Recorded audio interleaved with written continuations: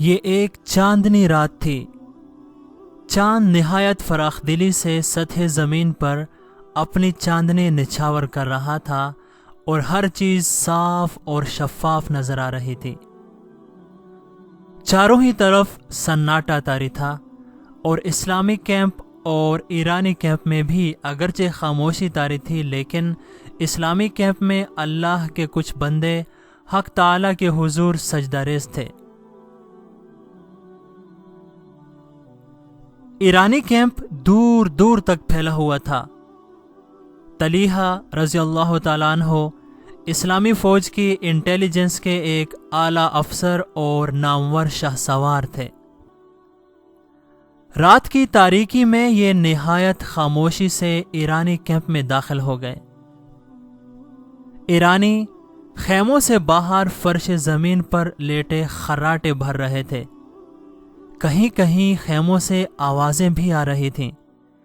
شاید وہ پہرے دار تھے اور بے فکر بیٹھے تھے، کیونکہ ان کے خیال میں لشکر کے عین وسط میں کون شخص پہنچ سکتا تھا۔ لیکن طلیحہ رضی اللہ تعالیٰ عنہ ان سب سے بچتے بچاتے کیمپ میں ہر طرف گھومتے پھرتے رہے۔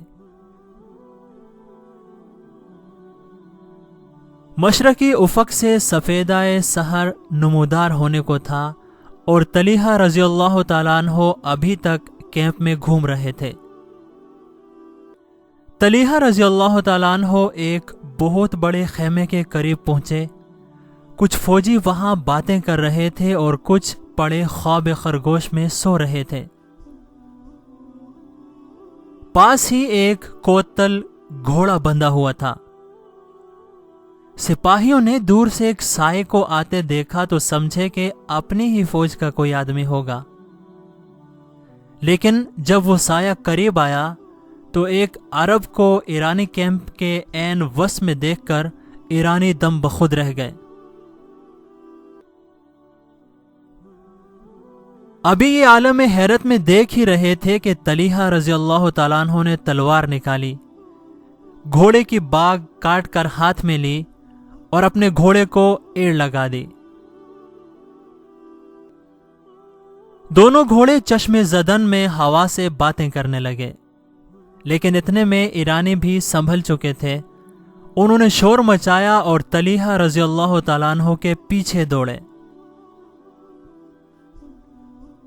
آہستہ آہستہ سارے کے سارے کیمپ میں بھگدڑ مچ گئی اور پکڑو پکڑو کا شور ہر طرف برپا ہو گیا۔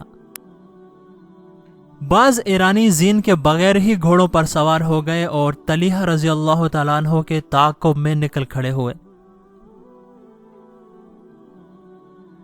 صبح کی روشنی خاصی پھیل چکی تھی اور آفتاب مشرق سے نکلنے ہی والا تھا، لیکن دشمن ابھی تک طلیحہ رضی اللہ تعالیٰ عنہ کا پیچھا کر رہا تھا۔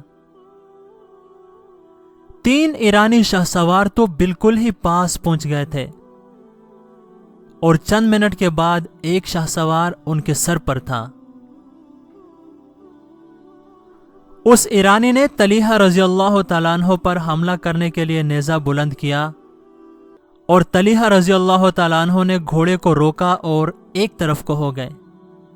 وہ ایرانی اپنے ہی زور سے آگے نکلتا چلا گیا۔ طلیحہ رضی اللہ تعالیٰ عنہ نے تلوار اس انداز سے لہرائی کہ اس کا گھوڑا بھڑک اٹھا اور وہ منہ کے بل زمین پر گر گیا۔ پھر نہایت پھرتی سے طلیحہ رضی اللہ تعالیٰ عنہ نے اپنا نیزہ اس کی پشت میں پیوست کر دیا۔ اس عرصہ میں دوسرا شاہ سوار بھی پہنچ گیا تھا۔ طلیحہ رضی اللہ تعالیٰ عنہ نے اس کے ساتھ بھی وہی داؤ کھیلا اور وہ بھی اوندھے منہ زمین پر گرا۔ اس کے گرتے ہی طلیحہ رضی اللہ تعالیٰ عنہ کی تلوار اپنا کام کر چکی تھی۔ تیسرے شاہ سوار نے جب اپنے دونوں ساتھیوں کو خاک و خون میں تڑپتے دیکھا تو اس کی آنکھوں میں خون اتر آیا، کیونکہ وہ دونوں اس کے چچا زاد بھائی تھے اور وہ اپنے خیال میں 1,000 شاہ سواروں پر بھاری تھے۔ اسی لیے اس نے غصے اور جوش غضب میں طلحہ رضی اللہ تعالیٰ عنہ پر نیزے کا ایک وار کیا، لیکن طلحہ پہل کر چکے تھے۔ اس کے گھوڑے نے ٹھوکر کھائی اور ایرانی دھڑام سے زمین پر گر گیا۔ طلحہ رضی اللہ تعالیٰ عنہ نے اسے بلند آواز سے کہا کہ جان کی خیریت چاہتے ہو تو ہتھیار ڈال دو۔ ایرانی نے ہتھیار ڈال دیے اور طلحہ رضی اللہ تعالیٰ عنہ نے اسے گرفتار کر لیا۔ اسی بھاگ دوڑ میں طلحہ رضی اللہ تعالیٰ عنہ اس طرف جا نکلے تھے جہاں ایرانی فوج کا بایاں بازو یعنی کہ میسرہ جنگ کے لیے صف بند کر رہا تھا، لیکن وہ ذرا بھی نہ گھبرائے اور اپنے قیدی کو لیے تلوار لہراتے ہوئے اور دشمن کو چیرتے ہوئے نکل گئے۔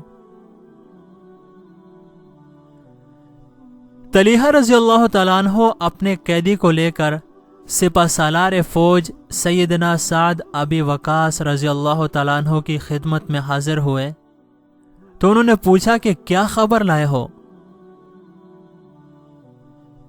طلحہ رضی اللہ تعالیٰ عنہ نے جواب دیا، میں دشمن کے کیمپ کے اندر چلا گیا تھا اور ساری رات ان کے کیمپ میں گھومتا پھرتا رہا اور ان کے ایک آدمی کو بھی پکڑ لایا ہوں۔ دیکھنے میں کوئی ممتاز شخص معلوم ہوتا ہے۔ میں نے غلط کیا یا صحیح یہ آپ فیصلہ کر لیں اور تفصیل اسی شخص سے پوچھ لیں۔ ایرانی نے سیدنا سعد رضی اللہ تعالیٰ عنہ سے طلحہ رضی اللہ تعالیٰ عنہ کی شجاعت اور بے خوفی کی بڑی تعریف کی، جو 1,00,000 سے زیادہ لشکر سے نہایت جرأت اور بہادری سے نکل آئے تھے۔ اس ایرانی نے لشکر کے بارے میں نہایت اہم معلومات بھی فراہم کی۔ بعد ازاں وہ ایرانی مسلمانوں کے حسن سلوک، بہادری اور دیگر اخلاقی خوبیوں سے متاثر ہو کر مشرف با اسلام ہو گیا، اور سیدنا سعد بن ابی وقاص رضی اللہ تعالیٰ عنہ نے اس کا نام مسلم رکھا۔ طلحہ رضی اللہ تعالیٰ عنہ کے ساتھ اسے خاص محبت تھی، اور وہ طلحہ رضی اللہ تعالیٰ عنہ کے ساتھ بعد والی تمام جنگوں میں شریک رہا۔ وہ مسلمانوں سے اکثر کہا کرتا تھا کہ بخدا جب تک تم لوگ وفاداری، صدق و اخلاص، غمخواری اور ہمدردی کو اپنائے رکھو گے تمہیں کبھی شکست نہ ہوگی۔